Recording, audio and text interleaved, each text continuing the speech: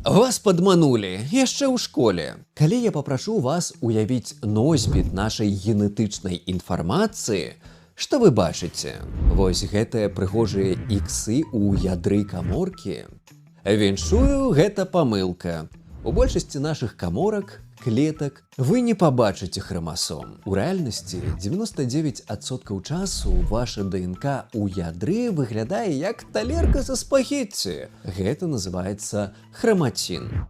Чаму так? Уявіце, што ДНК – гэта бібліятэка інструкцый. Каб прачытаць кнігу, яе трэба разгарнуць, так? А калі кнігі шчыльна зачыненыя, чытаць немагчыма. Дык вось, каморцы трэба увесь час працаваць, сінтэзаваць бялкі, кіраваць працэсамі, таму ДНК мусіць быць распакаванай.